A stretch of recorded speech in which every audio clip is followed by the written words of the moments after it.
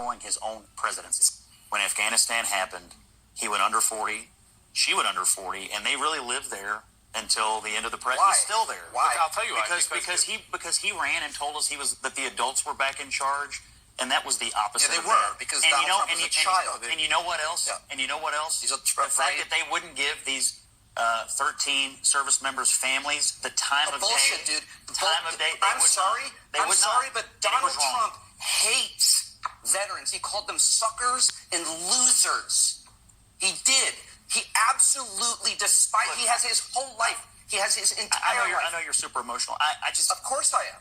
I'm terrified. I'm telling you, the political reality is that when they made that decision, it doesn't matter. But you don't admit to me that Donald Trump hates veterans. You don't admit it. You deny a man, Chief John Kelly, a Marine. You say he lied. You're still campaigning. You say he lied. It's not over. It'll never be over. It'll never be over. You wish. There are 1.3 to 1.6 million illegal immigrants in this country today who have already received deportation orders from a court. You can start there. There's another population, as Mark said, that have either committed violent crimes in the United States or committed violent crimes where they came from. You can also do that. That has nothing to do with the people in your neighborhood, has nothing to do with the person in your office, and has nothing to do with whatever the hell you're talking about. It has to do with getting people out of the country who do not belong. How are you going to deploy the military? Give me how exactly you would deploy an active duty military unit to respond to this crisis. I would use the military in conjunction with local officials. But what does that look like? Local law enforcement, county sheriffs, people who know their communities, because I assume a lot of the local sheriffs and jailers are going to be the people who end up housing some of these folks before they are deported. But there has to be some purpose. What's the mission? The mission for that young private. What is he actually going to be tasked to do? Guard a gate, or is he going to be investigating? I don't know. I wasn't like. But you're sitting here on CNN saying we should do it. I think you should think out a little bit more about what they actually should be required to do. Do not belong. It sounds real good. One at a time. Scott, quickly. There are millions of people who came into the country illegally, who have already received deportation orders, or who have committed some other crime while they've been here. The fact that you want to leave them in place is mind-boggling. That is not what I said. That is not what I said. I know your favorite pastime is to come out here and talk over me, but just please. I care about the facts. I care about the facts. The reality is, if you talk to anybody in the energy business, if you talk to anybody, because he says things that are wrong, and I interrupt him and correct him because our job is to inform our audience. I'll just wait. Hang on 1 second. No, it's fine. Go ahead. No. Look, I play this game every time we come out here. The legitimate answer is, he's going to do stuff on energy. He's going to take regulatory shackles off of the energy producers. If you talk to anybody in the energy business who produces, refines, deals with pipelines, this administration, Democrats in Congress, have put shackles on what they can do. Why is energy production at a record high? If you take the shackles off, the prices will go down. No, it should help. No. That's what I'm wondering. There are big fancy college words called oligarchy, plutocracy, that folks tonight might want to look up. It's called rule by rich folks. And that's what we're dealing with. A bunch of rich folks, two rich people threw a fit online and threw the government upside down. That is not good for America. Now, did the bill go from big to little? What happened is that the bipartisan deal that got struck by elected officials of our country were overthrown by two billionaires throwing a fit, and it's not even January.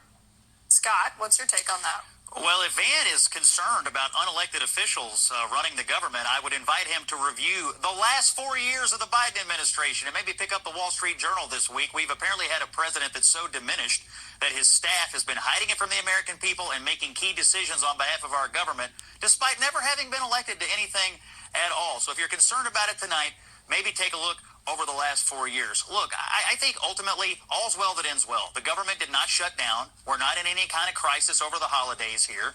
And when the Republicans get sworn in January and Trump comes to the office on January the 20th, they're going to have to come together as a team and decide, are we going to work together or not? That's ultimately how you get things done in a legislative body. When it's a white guy, we search for a reason and valorize him and make him a hero. When he's just a violent criminal who did a violent thing, he's a thug. We are not searching for a reason to make him a folk hero. Thank you. The left is searching for a reason to make him a folk hero. Joe Rogan thinks. When I see violent thing, he's a thug. We are not searching for a reason to make him a folk hero. Thank you. The left is searching for a reason to make him a folk hero. Joe Rogan thinks. When I see Democratic politicians do the perfunctory, well, violence is never the answer. But you can see why people are mad. Yes, I believe people on the left, and you see it online, they are searching for a reason and want to turn this person in, and they want to into a filter, and they want to justify violence to change a system they don't like. Your ability to shovel right-wing junk into a funnel and make it into something that is crazy.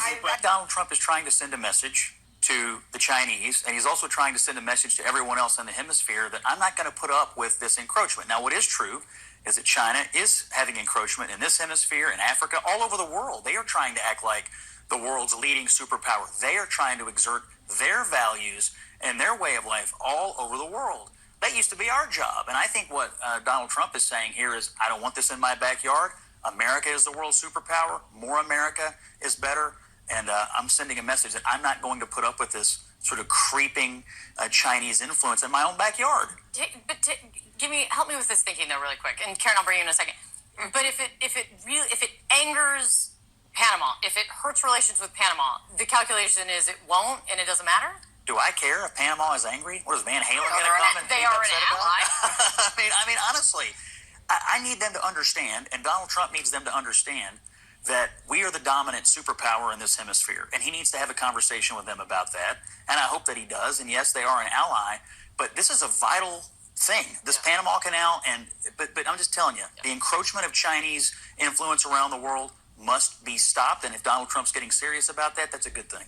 Yes, we need Greenland. Greenland is an amazing thing to have. It's like, you ever play Monopoly? You know, like that first row of properties, you're like, they're cheap. Maybe I don't need. You need those. Those are vital properties. I am for Greenland. I wanted him to do it before. I want him to do it now. And I am personally and on television applying to be the military governor of Greenland if, in fact, we do take control of it. This is an amazing idea, and I know everybody's laughing about it, but if he accomplishes this in 4 years, it'll be a great legacy piece for Donald Trump. I think we ought to all look at this as a wise decision, a good decision, and for everybody out there wanting Trump to pivot or change or somehow whatever you want him to do, he just won a mandate from the American people to execute on the program that he laid out in this election. It wasn't particularly close, and I think he ought to put people in place who are going to do it. That's what the people will go are after his for. enemies. I mean, that's not what he ran on. Yes, he did. It is explicitly what he what ran on. That's not what he ran on. Look at what he said in the past week. He literally said that he was going to exact vengeance. You still don't understand how you lost. He ran on Don't immigration. Say me. I'm not a Democrat. He ran on immigration. I'm a journalist. He ran on inflation. I'm not here paying Those to represent are one a of the many political things he side. ran on in addition He ran on the issues that people care about. He ran on the Scott, economy. He ran on nobody's saying that he didn't run on those things, but he also ran on vengeance. Yes. He did also run on going after the people who went after him. And It journalists. was a key feature of all of his content. Yes, Scott. He literally said, "I am your retribution." The Biden crime family, lock her up. Went after Sessions repeatedly for not doing what he wanted Sessions to do, which was to indict Hillary or whoever he wanted to indict. You can want his campaign to have been about, tax reform and things like that. That is not what he said on the stump. Time after time after time. Also he talked about going after his enemies. I'm heartened by the fact that the left still cannot figure this out. Even if you just take the January. That's just not what his campaign was about. Well, That's not what I he has think indicated. with all due respect, I've run more campaigns than you, and I know what campaigns are about, and I know why people walk into voting booths. Why You're people totally walk into go, voting booths and what Trump plans to do when handed the presidency are two different things. Well, here's some truth. Gen X has delivered Donald Trump to the White House. My people. We came before the internet. Your people too.